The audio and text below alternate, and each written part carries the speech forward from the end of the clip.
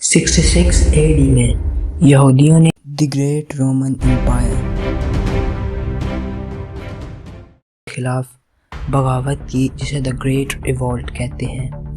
اس بغاوت کی وجہ یروشلم میں بڑھتی ہوئی پولیٹیکل ٹینشن اور رومی گورنر گاسیس فلورس کی کرپشن تھی۔ یہودیوں کی حالت یروشلم میں اس وقت بہت بری تھی اور وہ رومن امپائر کے مظالم کا شکار تھے۔ اس جلتی آگ پر تیل کا کام رومی گورنر گاسیس فلورس کی یہودیوں کے مقدس سیکنڈ ٹیمپل سے 17 ٹیلنٹس چاندی کی چوری نے کیا، جو کہ 560 کلو گرام چاندی کے برابر ہے۔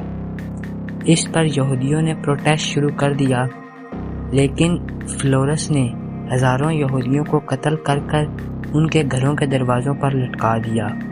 اس پر یہودیوں نے اعلانیہ بغاوت کا اعلان کر دیا اور پورے جوڈا پروونس پر قبضہ کر لیا۔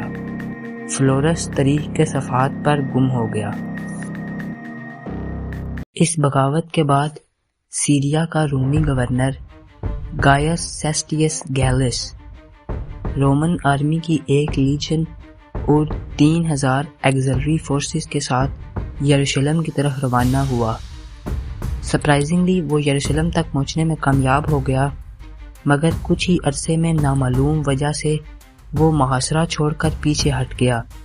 لیکن واپسی کے راستے پر یہودی باغیوں نے اس پر حملہ کر دیا اور اس جنگ میں وہ اپنی فوج کے تقریباً 6000 نوجوان گنوا بیٹھا، اور اس دوران رومن آرمی کی لیجنری ایگل گم ہو گئی، جو کہ اس وقت رومن امپائر کے لیے ایک بڑی ندامت تھی۔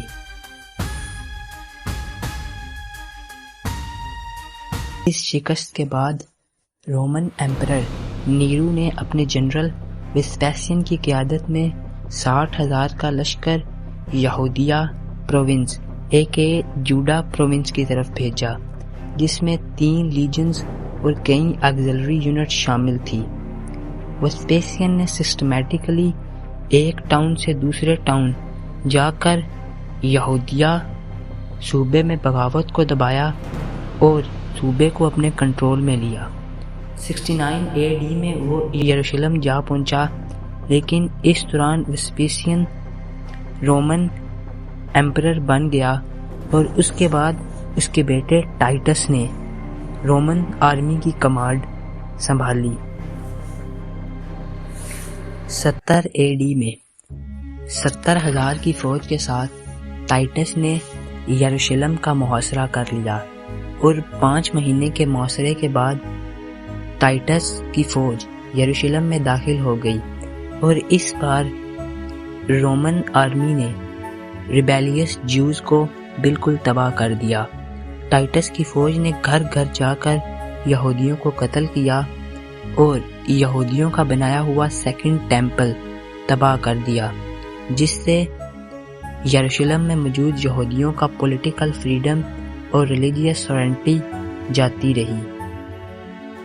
اس تباہی کے بعد جو یہودی بچے وہ یروشلم سے بھاگ نکلے اور ارد گرد کے علاقوں میں چھپ گئے۔